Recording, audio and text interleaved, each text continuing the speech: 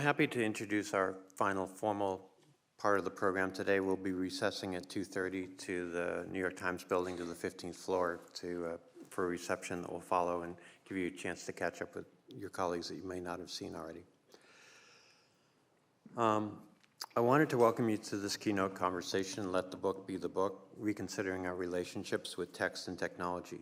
The speakers today are two friends, Jarvis, who's hiding over there, whose career has spanned media from the age of print to whatever age we are in at the moment.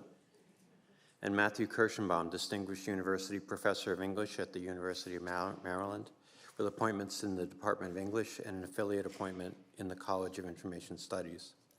So both panelists are prolific authors.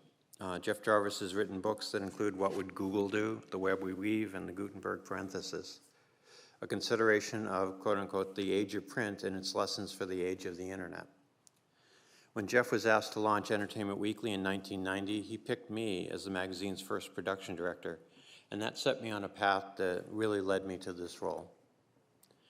Matt KIRSCHENBAUM is the author of Bitstreams, The Future of Digital Literary Heritage, whose content was in part based on findings from a project he did in collaboration with BISG. He also wrote Track Changes, A History of the Impact of Word Processing Platforms on the Form and Nature of Writing. We first met Matt after Track Changes was published, and I wanted him to share his findings with us in 2017, but he had a conflict and we've been waiting him out ever since.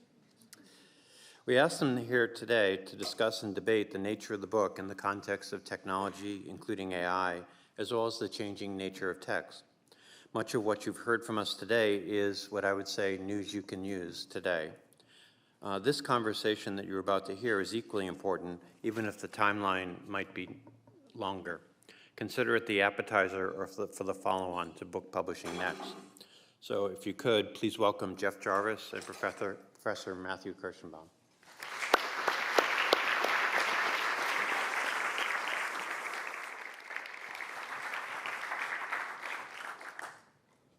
That's Matthew, I'm Jeff.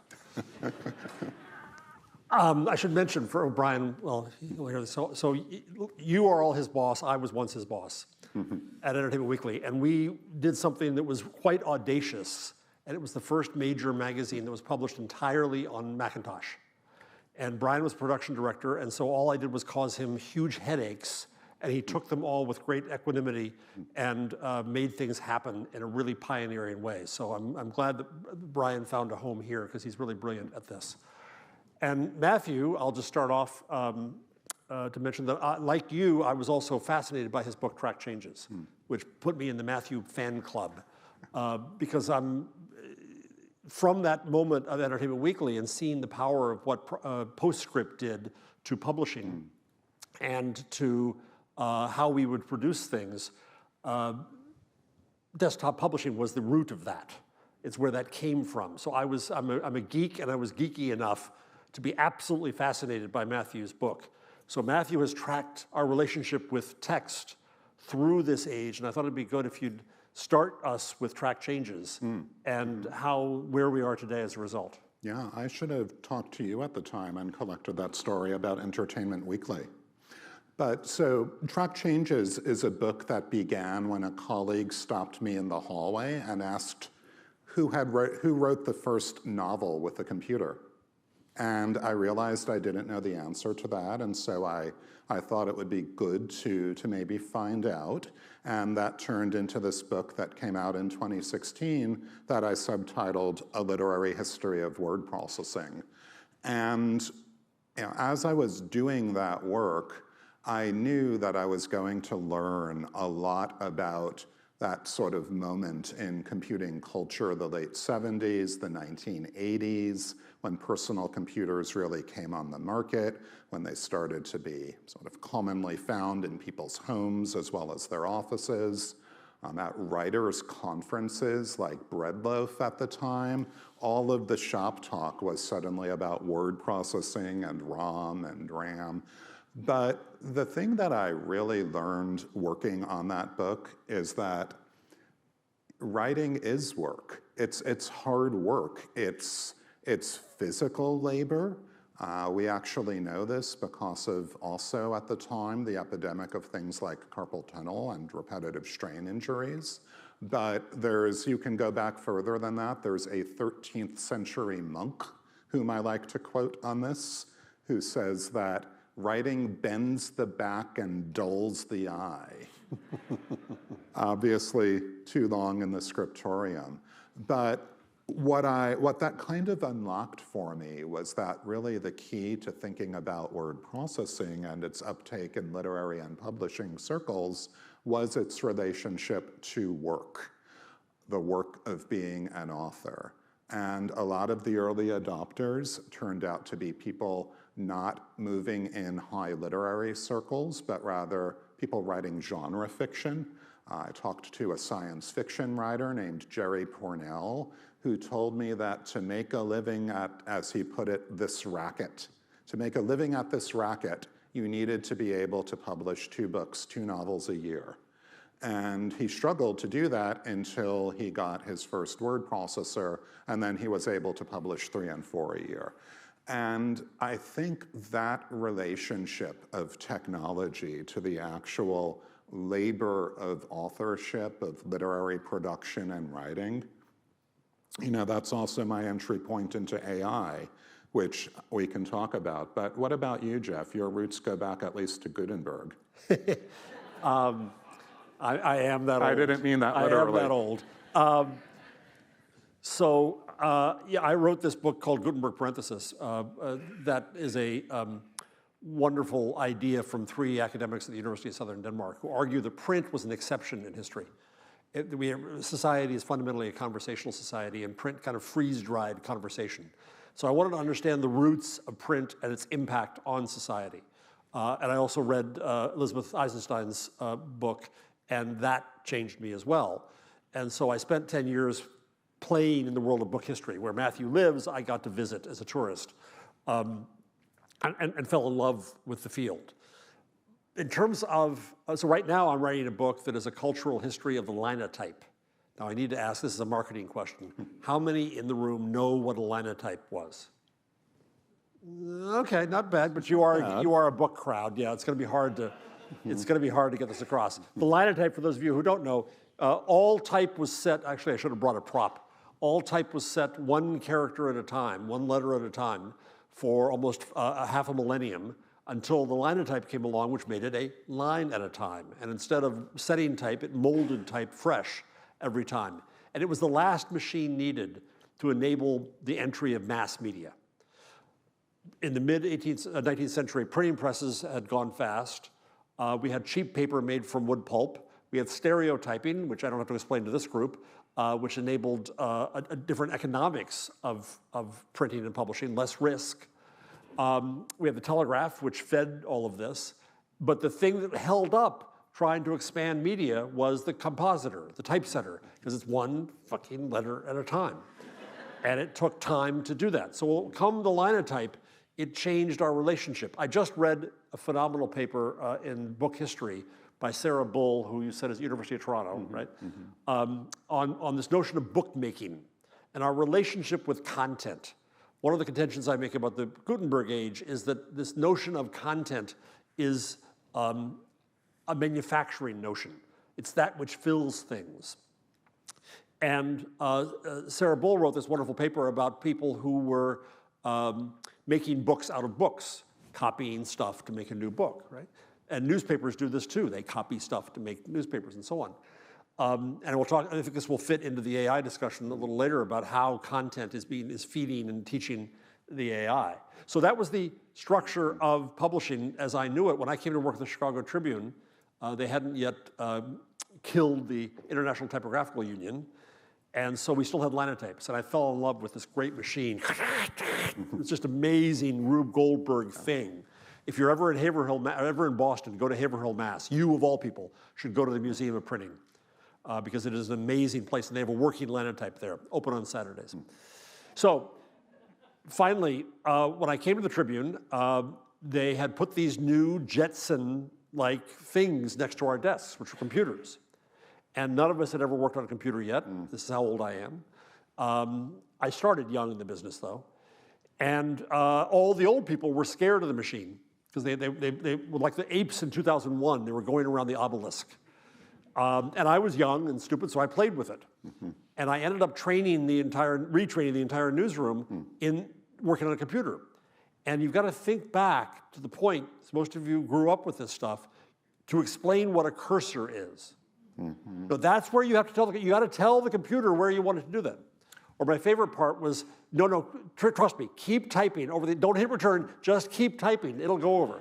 Can I intervene for a moment? One of the illustrations in Track Changes is from I believe it's an old K-Pro manual, which is demonstrating the concept of the scroll by showing an actual enormous roll of paper inside the computer monitor. Yes. The idea that it continues to scroll and scroll and scroll, and your text doesn't disappear when it goes off the bottom of the screen. So the reason that I connected so much with Matthew's book, I'll end with this bit, is that I was an old rewrite man, sorry for the sexist language, where I would write a paragraph at a time, scream, copy, slap it down, and somebody 1 year younger than me would go take it around the newsroom, and it would go through the process of editing, and then to the copy desk, and then through pneumatic tube to composing room, where the first paragraphs of my story were being set while I'm still writing. It's just mind-boggling today. So you had to know what your lead was. This is why we had inverted pyramids. And along comes one day the computer. And so suddenly it changed the way I wrote, profoundly. And I found that I would use all the time I had available because I was a fast writer, and I'd get the story done. But then I'd used every minute possible to edit. So the computer changed my relationship with text and with writing so fundamentally. And I think it probably, this is the thing that Matthew studies that fascinates me, is how that in turn changes not only our relationship with text as a product, but our relationship with it in creation. So what does AI do to all this? Yeah, I mean, well, it's a big question, Jeff. I think one thing, both your work on the linotype, my work on word processing, in some ways those are both, it seems to me, case studies that teach a similar lesson, which is that writing, we like to think of writing as a very kind of internal, effusive process, right, from one's mind out onto the page or the screen. But writing, I think we understand historically, has always been, as we say in my world, entangled. Writing has always been entangled. There's always been gadgetry and machinery, whether it's the compositor's stick or a mouse. There really is, even if what you're doing is scratching marks in the dirt with a stick, well, that's tool use. And there's always that kind of mediation through technology that happens when we write. I think that kind of perspective is important to keep in mind in these debates about AI. Let me ask you a better question, which is that in a way, Track Changes, I think, was a first step in the dematerialization of text. That we lost in the newsroom. We lost the typewriter. We lost the piece of type. Yeah. We lost that material aspect of it, and you care greatly in your most recent book, Bitstreams, plural or singular, I forget. Plural. Plural, I thought so. Bitstreams is about trying to understand the process of writing through this. How did that dematerialization affect our relationship to the text on two ends, on the creation end and also on the consumption end? Yeah, so there's a phrase that I use in Track Changes, suspended inscription, which I borrow from another media theorist. But really it's the idea so that if you think about making a mark with a pen, the act of making that mark and recording your text is coterminous with the moment of the pen touching the page. The same is true when you press a key on an old-fashioned typewriter and the hammer flies forward and contacts the ribbon and mashes the ribbon into the paper to leave the inked impression of the letter. Suspended inscription, which is what computers and more specifically computer storage gives to us, is different in that the moment of inscription apart from the hard drive or whatever your storage media is, it's held in suspension until such time as you went and then printed it out. And so that gave you the kind of latitude, I think, that you're describing, Jeff, in your own work, when you were able to get a really rough draft out onto not the page, but the screen, and it was held there in this kind of magical suspended animation, the letters that were glowing on that glass screen that you could then revise and work over to your heart's content, or at least until deadline. Right, and so that was a fundamentally different dynamic that changed how you worked. So let me keep on going. So from pen, and one thing I found out in my most recent research is that we didn't shift from goose quills to steel pens until well into the 19th century, which amazed me. So geese were still getting plucked for the sake of our writing, but we had pen to paper. Then the typewriter said, oh, you can print. You can make something look perfect, make it think it's perfect. And that created a burden, right? So you retype it because it's just not perfect. The editing was right. Yeah. Now you have the screen. Yes. How did that affect, you think, in your research?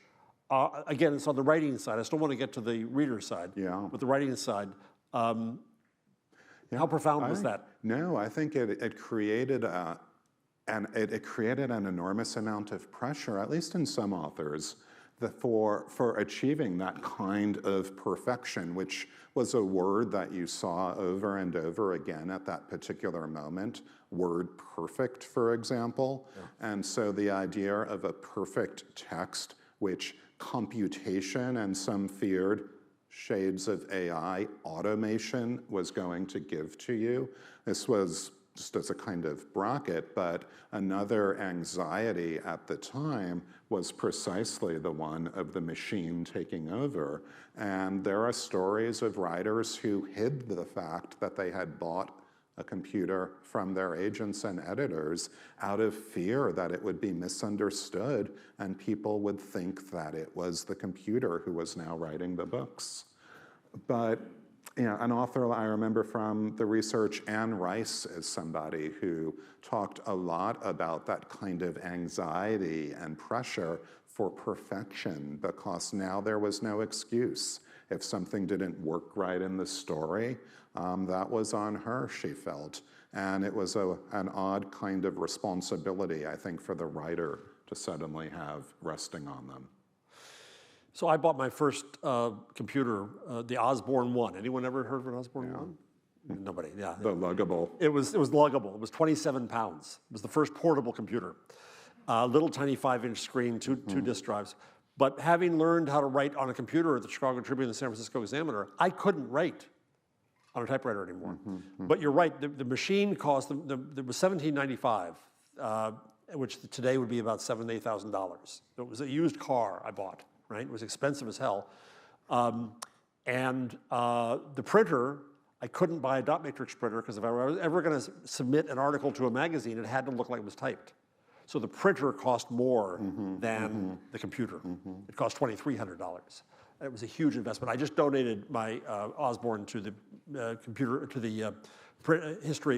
Printing History Museum in Haverhill, Mass. So you can see that on display. So one thing that Sarah Bill paper goes into is how I want to lead us maybe into the AI question. And I asked before whether Matthew had a shtick about copyright. He doesn't so much have one, but I think that's part of what you care about is that when it comes to our text. And what's clear is that, a few things. One is that copyright came in 1710 with Statute of Anne, not from creators, as we always presume. Oh, it's to protect the creators. It came from the industry. It came from the booksellers and stationers and publishers who wanted a tradable asset, and it made that. And in a way, it was not a creation of a right, it was a limitation of right, because the presumption was an author had a permanent, perpetual right to what they did, and it limited it to 14 years, so that it could then be owned and transferred. And so copyright, I think, has an odd sense in our heads today of what it was. Copyright at first did not protect magazines or newspapers. As you probably know, there was no international copyright, so American publishers published from British sources like crazy, and it was for free. And newspapers, the original Postal Act of 1792, after the first Copyright Act in 1790, allowed newspapers to trade newspapers with each other for free for the express purpose of cutting out articles and sharing them to thus create a network within a nation. And in fact, a job description, a job title at the time was scissors editor. And your job was to cut out stuff and get it reset and type. Then along came what was called boilerplate, which was to say plated copy, so that you could just put it right on the page. But that was spread around. So the point was that we copied each other. And what Sarah Bull's paper makes clear is we didn't do that just in newspapers. We also did it in making books. And we made it in magazines. Harper's Magazine, in its first issue, on the first page, said that its goal was to, and I'll say this with much less elegance than they did, find the good shit for you. Because there was, the press created a huge new volume of speech. And how do you find the good stuff? Well, we're going to find it for you before they develop their own voice, let's say. And books were created. She did some great research seeing where things were copied from previous books, thanks to Google Books, and you could search on that. So this idea that something is created wholly from my own mind and my own creativity, and I own it forever, and I'm godlike because I created it. Obviously, I read other works. I read Matthew's book, and I've just quoted it in my new book because I learned from that book. That's what we do. And so how do we take the actual culture that we had in reading and learning from each other? Journalists to this day read each other and learn from each other and quote each other and don't quote each other and don't attribute to each other as well. And so now we have these fights online about copyright and AI. And you've stolen my soul. You've stolen my stuff. How dare you do that? And in my view, teaching a system to speak, and I'm anthropomorphizing there in ways I shouldn't, but teaching it language is a right. It's a right to read and a right to learn. How you acquired that work is a different matter. And if you quote that work at length without permission is a different matter. But I think we have to have a conversation here about if we're all going to use AI, how do we make it better? How do we deal with that? So that's my copyright view. So I have a very unpopular view, is that the material used to train systems is fair use and transformative. I'm not a lawyer. Do you remember when Metallica, the coolest rock band in the world, instantly became the uncoolest rock band in the world for suing Napster? Yeah, exactly. Do you see that kind of dynamic in play here? Yeah, I do, and I think the New York Times is suing OpenAI and trying to make it an enemy, and then others are trying to get big buckets of money from AI. But those deals are not copyright deals. They are lobbying and PR deals, right? Just don't sue me and don't write against me. I'll give you a bucket of money and shh. I think we've got to come to some sense as an industry about what our relationship is with these models and come to some peace with it. And it's going to go through the courts. And I think the courts at first are going to think it's fair use. And then we could find ourselves in a mess here. I don't know if you all saw what Wikimedia Foundation just did this week, this week, where they got so sick of bots, of crawlers coming to copy Wikipedia, they said, okay, stop. Go here, and you can just download the whole thing. And stop crawling us, because you're costing us a fortune in traffic if you all do that. So with Gaggle, they've now put up the entirety of Wikipedia in English and French, I think, so you can just download it and do it. What would it look like if we said as an industry, we create an API to our content and say, okay, AI companies, you can have it, but here's the deal. Money, credit, use. Let's have a conversation about that. That's not what's happening right now. So where do you come out on that? Yeah, I mean, because part of what's at stake in all this, so you have the lawsuits, you have the writer strikes, you have the really kind of vociferous rhetoric that you see every day on social media when AI surfaces, when AI is discussed. But isn't the flip side of all that the kind of torrent of generic AI-generated books that we are now seeing in the literal marketplace on platforms like Amazon and many others, where the kinds of books that presumably you folks all in this room are invested in making and publishing and seeing in the world, those books are themselves being scraped and rendered into fodder, sort of cattle feed, if you will, for the kinds of AI productions that we now see on the platforms. And I think part of what's at stake here is clearly financial, and there's an ethical consideration. There's also a really practical dimension to this. One of the stories that was circulating a while back, somebody had picked up off of, I'm pretty sure it was Amazon, a book that was a guide to harvesting and cooking wild mushrooms, which is clearly something that one wants to get right. And it turns out the book was written by AI, and in some ways that stands to reason because there are a lot of books out like that are out there already, and it's the kind of thing that sort of lends itself to the kind of formulaic prose one imagines a language model producing, but it had gotten critical details wrong, and it was actually a dangerous book. It was a dangerous, it was potentially a lethal book that was circulating in the marketplace. So it seems to me that part of the copyright question too is also about ensuring that the content that does get out there is coming from reputable sources. Yeah, I think that we need institutions of authority and credibility, and the ones we had are not adequate to the scale of speech today. Yeah. Go ahead. No, I was going to say the scale of speech is an interesting way to put it. Yeah. So the first alleged call for censorship of print came in 1470 when Niccolo Perotti, a Latin scholar in Italy, objected to a shoddy translation of Pliny. And he wrote to an agent of the Pope and said, in not so many words, something must be done, which sounds familiar, and you must appoint a censor to review all forms before they are used to print, which recognized a kind of quaint lack of understanding of the scale that would follow, number one. But number two, I don't think he was actually seeking censorship. He was anticipating the creation of the institutions of editing and publishing that would do this task, that would do what you do, of deciding what is worth printing, what is authoritative, what is quality, what is art. That system worked pretty damn well for half a millennium, but now it is, I think, inadequate to the scale of speech today. And so how do we come up with new institutions that understand how to do this? Because we risk the potential of a textpocalypse. I was just about to ask you about that.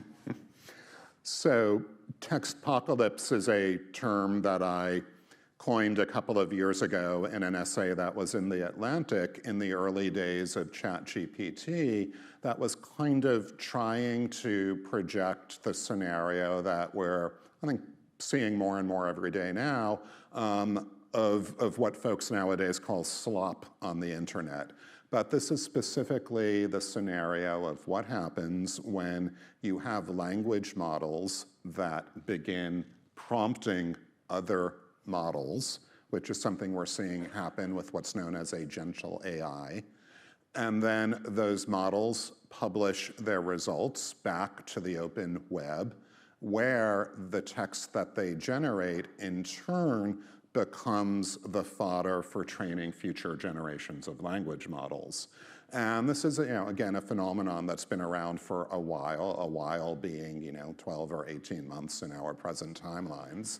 And for a time, it was thought that a phenomenon known as model collapse would prevent that scenario from materializing because there hadn't been much success training language models on the output of other language models. But more recently, we've learned that the DeepSeek model from China was apparently trained largely on synthetic data. And there are clearly ways that are emerging of circumventing the problem of model collapse. Let me just give you sort of two quick illustrations of where I think we might be going with regard to those problems of scale. The amount of text, just to go back to that notion of suspended inscription and the dematerialization of text that you were talking with, Jeff, the amount of text that's in the world is staggering and all but unmeasurable. Literally billions of text messages sent every day. The number, depending on where you go to, there are different estimates, but the numbers are in the billions every day. Trillions of pages on the web as we know it, to say nothing of the dark web and other manifestations of the internet.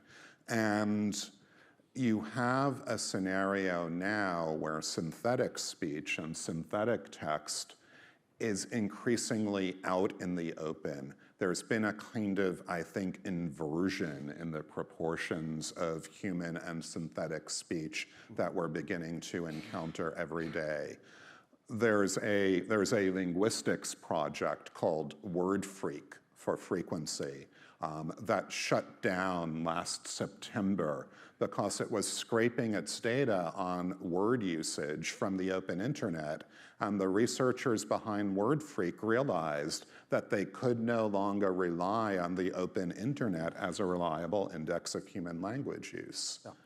And that's one indicator. Another one, just to put another example on the table, this was a report that was out about a month ago of a network of Russian language websites, several hundred of them, dubbed the Pravda Network, which was devoted to publishing Russian-leaning news stories about the war in Ukraine and other issues. And it turns out when you go to these websites that are part of the Pravda network, they're all but functionally unusable to a human being. Now, if you wanted to read Russian-leaning news about current events, there were lots more accessible places that one could go to. So what is this network of websites doing? The speculation is that it's putting enormous amounts of text into circulation on the open internet, specifically for purposes of consumption by the kinds of spiders and agents harvesting data for language models, and it's a practice that's referred to as model grooming. And so the models are being subtly inflected to represent that particular point of view. It's fascinating. Hard to think about what a book is now in that context. But that I think is the opportunity you have here. Newspapers are dying.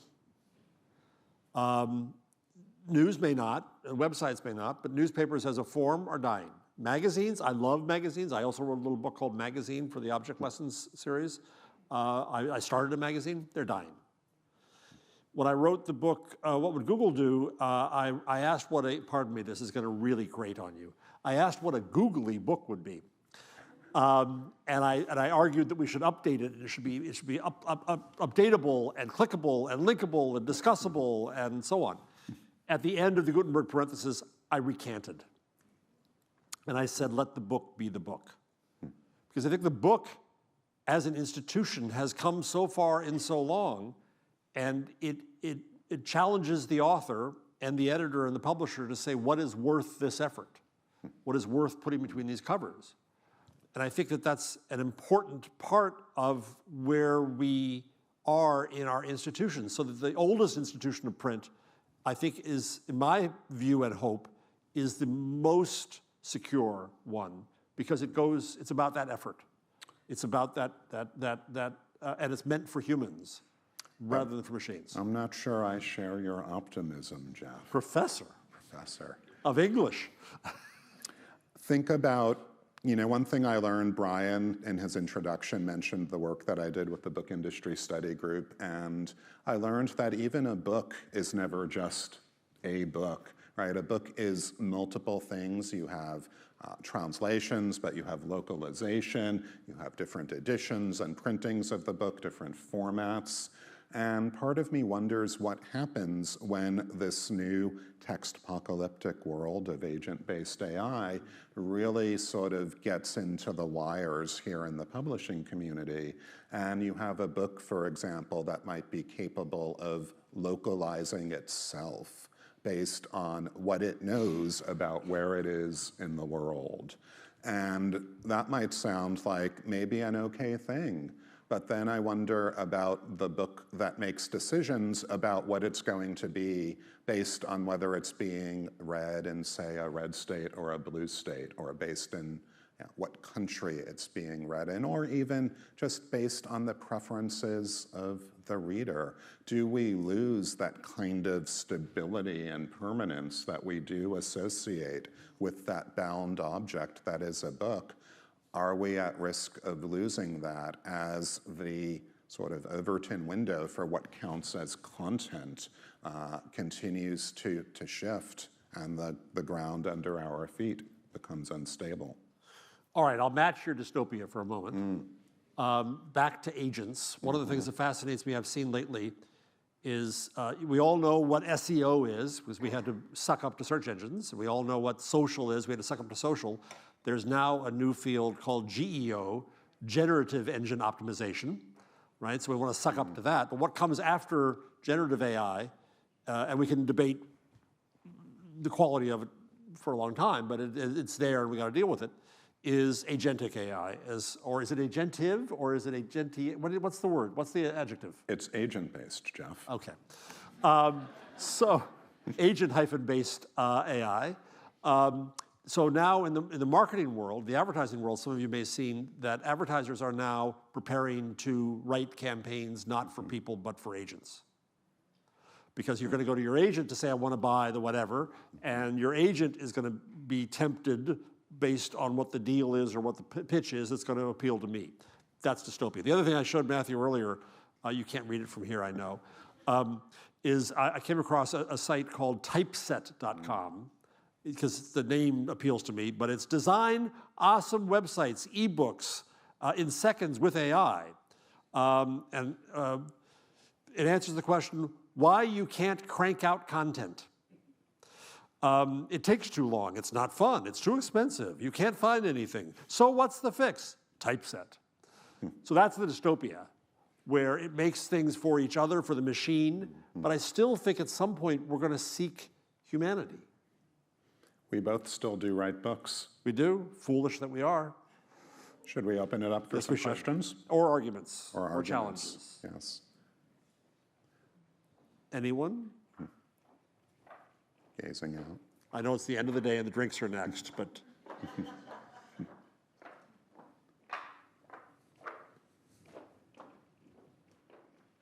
Yes, oh, thank you so much. The first person, always so nice.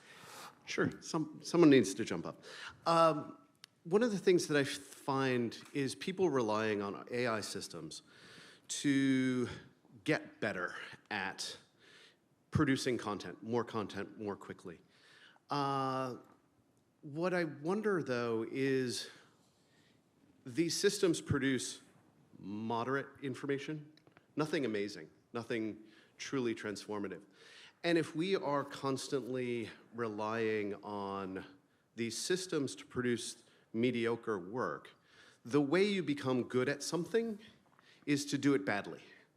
And you become a good programmer by being a bad programmer, and you learn how to be better at it. You become a good author by writing badly. Your first movie script won't get you an Oscar. But if we are relying on AI tools to do that, how will we ever get better at things? Matthew? You might not. I think one of the, at least in my corner of the world, the English department, when conversations about AI arise, somebody inevitably stands up and says, AI will never write the great American novel.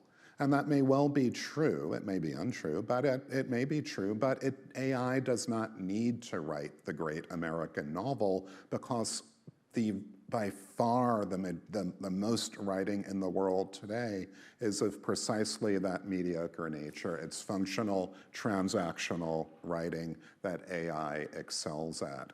And that's, I think, kind of the full spectrum ecosystem that we often lose sight of.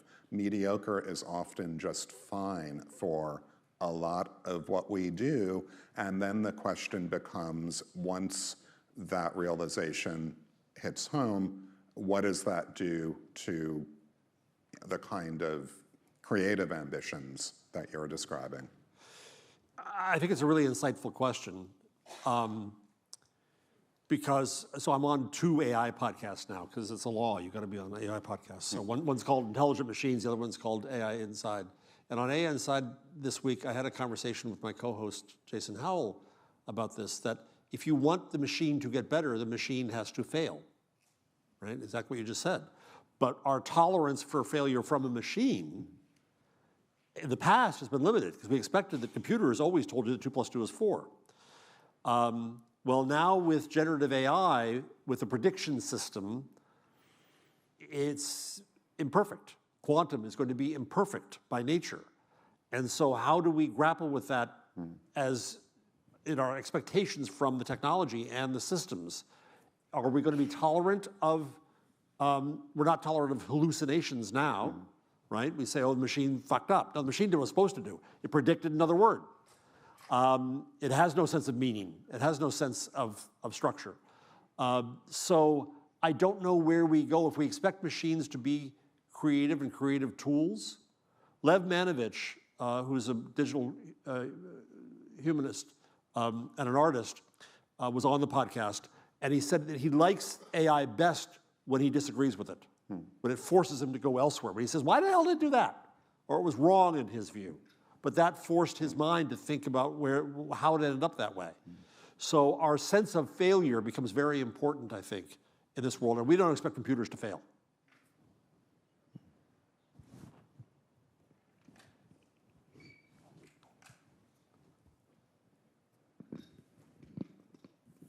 Hi, can you talk a little bit about transparency and like the Authors Guild created by humans thing, and where you see transparency going with the lens to what's going on with AI?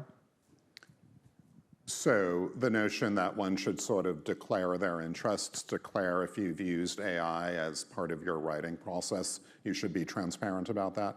Yeah, I mean, I think we may see some of that. There's a novelist named Robin Sloan. For his most recent book, he trained a bespoke language model to furnish the dialogue of one of his characters. And he was very upfront about that, and it's sort of one of the selling points of the book, the novelty of an author doing that. But when we don't declare the fact that we've used a spell checker or a grammar checker, and there's a way in which these tools have a way of kind of receding and seeping back into the background. And I think as the integration proceeds, as AI becomes less something that's out there and more something that's embedded and integrated into our everyday writing tools, it's going to be a lot harder to maintain that kind of transparency. So I'll give you an example that involves Matthew. So I'm writing my book on, no, it's okay, you're safe. Writing my book on the linotype, and I was trying to explain, I wrote a paragraph explaining how in this dematerialization, we went from the letter as a letter to its representation as in Morse code. We really have to start with digital thoughts, but we'll skip to that Morse code. And then Bodo, or Bodot, or however the hell we're supposed to say it, the basis of BOD, is 5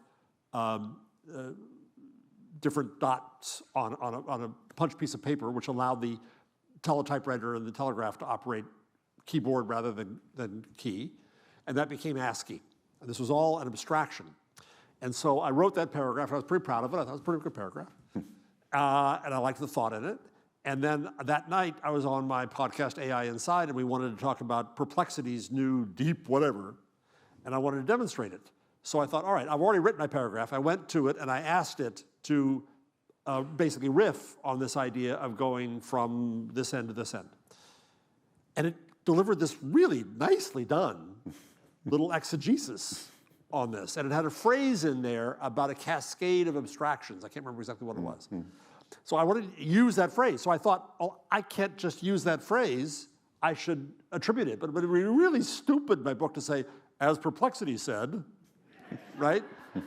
So I debated this, and I went to Matthew KIRSCHENBAUM, who, as a member of the task force from the MLA about AI in the classroom, has opinions about this. And he came back and said, it sounds like a discursive footnote to me, Jeff, which in fact it was in the end. So I had a fun little story there about just that thing. But I think Matthew's right. At some point it becomes irrelevant that you used. Typewriters were seen as bad things at first in some quarters. Twain hated his typewriter, but then bragged about it. The question is, where does the audience deserve to know? Where might it have had an impact on what we did? And I think that we should err on the side of transparency, but we'll probably see less and less and less of it as we go. Yeah. There's some more back there if we have time.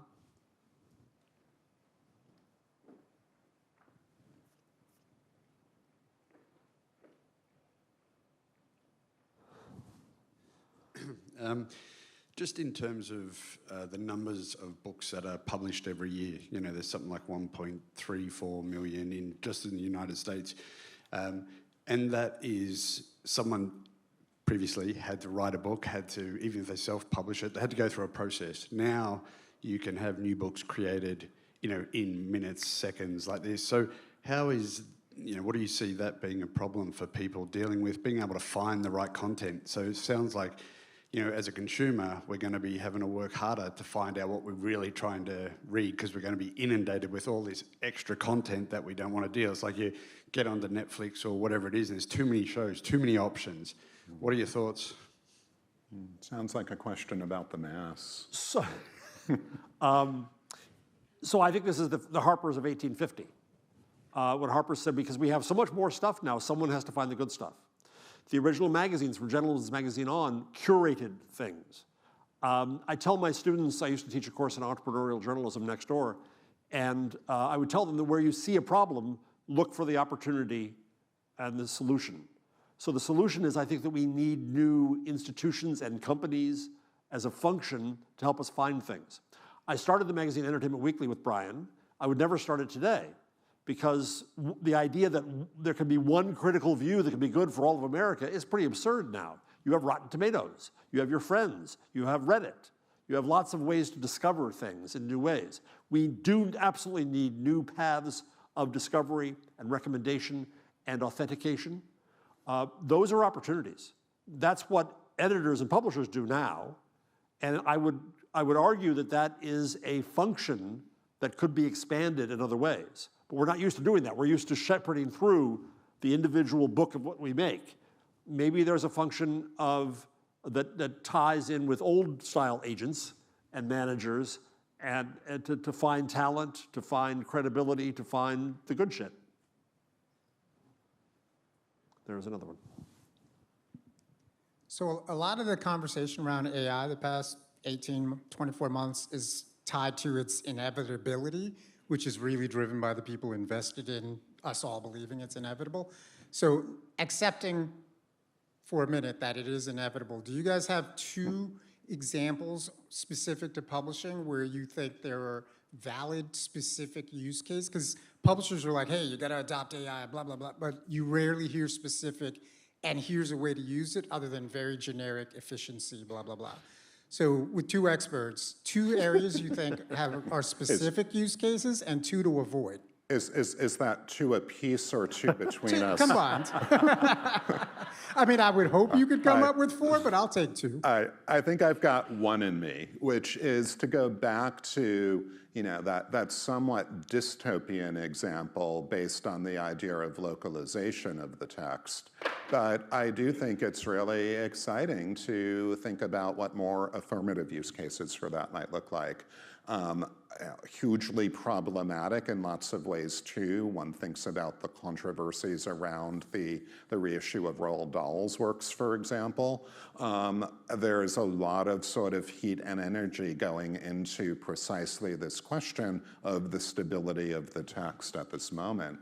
But I do think the prospect of some kind of reader-controlled AI where there is adequate transparency, but where the tool is in some ways shaping the readerly textual experience, that seems potentially, as an old-fashioned English professor, that seems like it could be pretty neat in my corner of the world, a story that was a little bit of a different story to everybody who read it. The bad use is don't use it to just make more fucking content because we have enough content. Yeah. The good uses, mine are small. One is that I use AI now as my old man's thesaurus. There's a word I want. I think it's this. I can't remember. It's about that. And like no other thesaurus, now I can get that word, and that's useful, right? AI. Generative AI is a concordance of all available human text. There are other uses for that, like where are our cliches, where are our biases, and so on. But I can find a word. The other one, I'm a fan of Notebook LM. Not to create, but as a tool. And if you don't know, Google hired Stephen Johnson, the author of 14 books, to be the editorial director of Notebook LM, a title that I do not think existed inside Google before. And Stephen helped develop the product with authors and creation in mind. And so for my next book about the death of the mass, I'm trying to think whether I can keep all of my stuff in PDF so I can feed it in Notebook LM, not to have it write anything for me, but because it creates a queryable database of my files. When I finish the Linotype book, I will have a file about that thick of printouts I've made with my scrawls all over them, and I have to go back, where the hell was that? Notebook LM would allow me to ask, well, who else said this? Who else had this notion? Find me who said this, right? That idea of a queryable database of content, I think is valuable. Now, that's a database that I control in a RAG structure. But again, I think there's products around that where you could take, I could imagine taking academic, this will never happen, but if you had that further power on top of JSTOR, and an author could use that to query all these academic papers in the past, that'd be pretty wonderful. But the copyright lawyers would now be going crazy and be employed for life. I think we're up. Oh, is there another one? Take one more question, sure. Screw that up.